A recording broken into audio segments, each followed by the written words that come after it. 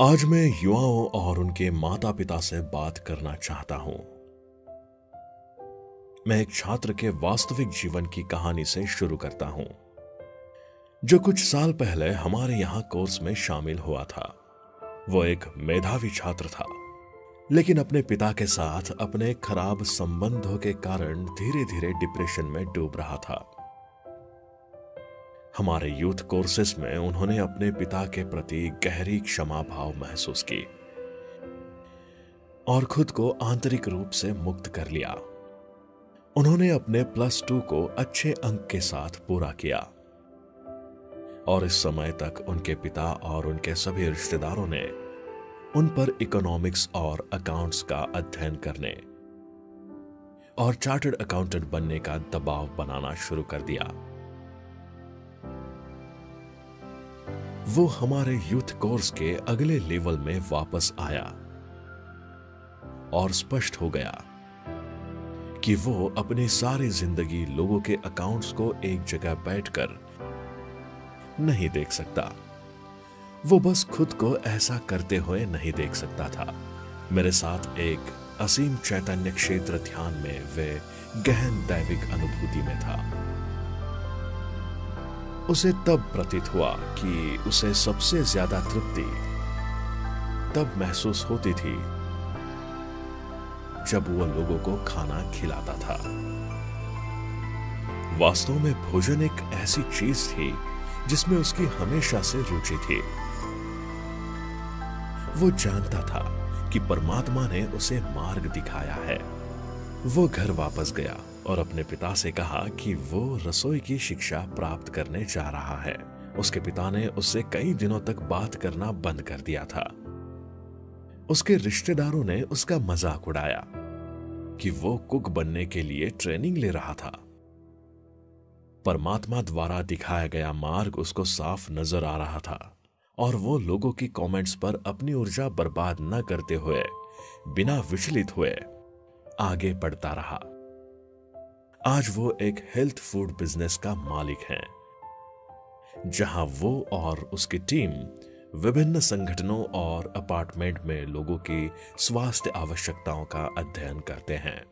वो उन्हें वेगन, कच्चे भोजन और आयुर्वेदिक भोजन के लंच बॉक्स भेजता है। 10 साल के लगन और गहन अध्ययन की वजह से आज वो एक सफल व्यक्ति है। अब स्वाभाविक रूप से उसके सभी रिश्तेदार उसका सम्मान करते हैं और वास्तव में उससे ईर्ष्या करते हैं। इस कहानी को ध्यान में रखते हुए मैं चाहता हूं कि आप मेरी बात सुने। युद्ध के रूप में आप 2 धर्मों का पालन कर सकते हैं, स्वधर्म और परधर्म। परधर्म क्या है? परधर्म एक ऐसे मार्ग का अनुसरण है जिसका आपके मूल से संबंध नहीं है। आप वो करियर चुनते हैं जो आपके माता पिता, समाज या रिश्तेदारों ने लेने के लिए कहा है, या आप ऐसे करियर को चुनते हैं जो आपके दोस्तों ने चुना है ताकि आपको कंपनी मिले, या आप ऐसा करियर चुनते हैं जो आप अपने भाई या बहन से ईर्ष्या करने के कारण लिए हैं ताकि आप अपने माता पिता के प्यार को जीत सकें, या इससे भी बदतर आप उस करियर को चुनते हैं जो आसान है और जो आपको आसानी से पैसे या तुरंत प्रसिद्धि देगा। ये सब परधर्म है।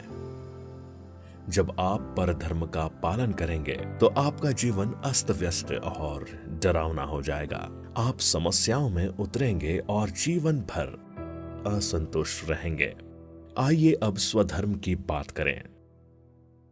अपने स्वधर्म की खोज करना और उसे जीना जीवन में विकासवादी मील पत्थर है और परमात्मा का सच्चा आशीर्वाद है। स्वधर्म में हमेशा 3 विशेषताएं होंगी। पहला, यह हमेशा आपके मूल स्वभाव के अनुरूप होता है। मान लीजिए कि आप स्वभाव से एक दयालु व्यक्ति हैं आपको एक ऐसा करियर चुनना होगा जो आपको लोगों से भावनात्मक रूप से जुड़ने में मदद करे। आप शरीर या मन को ठीक करने का मार्ग चुन सकते हैं। यदि आपका पैशन ज्ञान है, आपको उसी के अनुसार रास्ता चुनना चाहिए। यदि आप न्याय जैसे मामलों को गहराई से महसूस करते हैं और आप रक्षा करने के लिए प्रेरित होते हैं, तो आपको उसी के अनुरूप अपना रास्ता चुनना चाहिए। अपने स्वधर्म की खोज की कुंजी स्वयं को गहराई से और सही मायने में जानना है। दूसरा, स्वधर्म कभी भी आत्म केंद्रित नहीं होता। ये कोई रास्ता नहीं है जिसका आप अनुसरण करते हैं क्योंकि ये आसान, सुखदायक या आपको महत्व देगा। आप पैसे के लिए इसमें नहीं हैं, लेकिन जो लोग अपने स्वधर्म का पालन करते हैं उन्हें समृद्धि और सफलता मिलती है। स्वधर्म हमेशा एक ऐसा मार्ग है जो आपके और दूसरों के कल्याण का कारण बनता है। आपका मार्ग आपको प्रेरित करता है क्योंकि ये दूसरों और पृथ्वी के लिए भलाई का कारण बनता है। स्वधर्म तब होता है जब आप एक अंतर पैदा करने के तड़प से प्रेरित होते हैं। तीसरा, स्वधर्म एक ऐसी चीज है जिसे आप न केवल उस करियर पथ की ग्लैमरस चीजों के कारण बल्कि विवरण और रोजमर्रा की कड़ी मेहनत के कारण भी करना पसंद करते हैं। ये सरासर प्यार और जुनून है जो आपको बाधाओं को पार करने की ताकत देगा। जब आप अपने स्वधर्म का पालन करते हैं तो आपको लगता है कि आप समुद्र पर एक जहाज की तरह हैं जो हवाओं द्वारा अपने गंतव्य की ओर बढ़ने के लिए अनुकूल है। समकालिकता और सफलताओं के साथ आपकी आगे की यात्रा को बढ़ावा देने के लिए दैवीय शक्ति आपके साथ रहेगी। प्रीता जी और मैं लाखों युवाओं को उनके स्वधर्म के प्रति जागृत करने के लिए बहुत भावुक है। केवल वे जो अपने स्वधर्म को जी रहे हैं, वे ही सामाजिक परिवर्तन, राजनीतिक परिवर्तन, सांस्कृतिक परिवर्तन और पर्यावरण परिवर्तन का निर्माण कर सकते हैं। युवा ही क्रांति कर सकते हैं। याद रखें कि अगर आपको ये बाहरी परिवर्तन करना है तो आंतरिक परिवर्तन ही कुंजी है।